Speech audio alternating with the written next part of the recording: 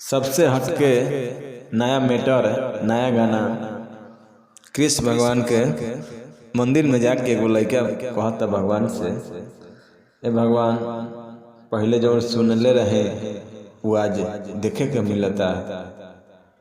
भजन गा के कैसे लेके कहता कि तेरे दीवाने वो मेरे कान है, कि तेरे दीवाने वो मेरे कान है, आए हैं शरण में तेरे कन्हैया। कल युग के तोहफा लेके आइले बा समैया कन्हैया, कल युग के तोहफा लेके आइले बा समैया कन्हैया। तेरे दीवाने वो मेरे कान है, तेरे दीवाने वो मेरे कान है, आए हैं शरण में तेरे कन्हैया। कल युग के तोहफा लेके आइले बा समैया कन्हैया, कल युग के तोहफा लेके आइले बा समैया कन्हैया। लड़का कहता भगवान से कि तेरे भक्तों पे फिर से आई है संकट भारी, आओ लाज बचाओ जगत के है कृष्ण जी मुरारी। तेरे भक्तों पे फिर से आई है संकट भारी, आओ लाज बचाओ जगत के है कृष्ण जी मुरारी। रहता लोग जी रिचार्ज कके जी, रहता लोग जी रिचार्ज कके जी, निक नहीं लगता मिठैया कन्हैया।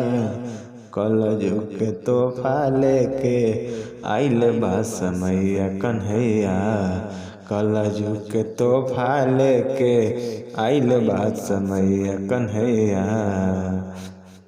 और दूसरे अंतर में ऐसे बा कि जिधर देखो उधर होता छीना छोरी, आजकल के मनुष्य तो ना बुझते लाचारी।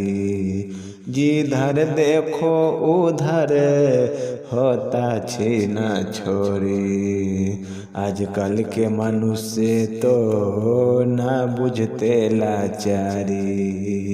शराफती निशानी हुआ बेईमानी, शराफती निशानी हुआ बेईमानी, भूल गया जन्म दिया मैया कन्हैया। कल युग के तोहफा लेके आइले बा समैया कन्हैया, कल युग के तोहफा लेके आइले बा समैया कन्हैया। चारों युग की कथा सुन के कहता लड़का कि द्वापर त्रेता सतयुग में जो देखने को ना मिला, अधर्मी और कुकर्मी सब कल युग को मिला। द्वापर त्रेता सतयुग में जो देखने को ना मिला, अधर्मी और कुकर्मी सब कल युग को मिला।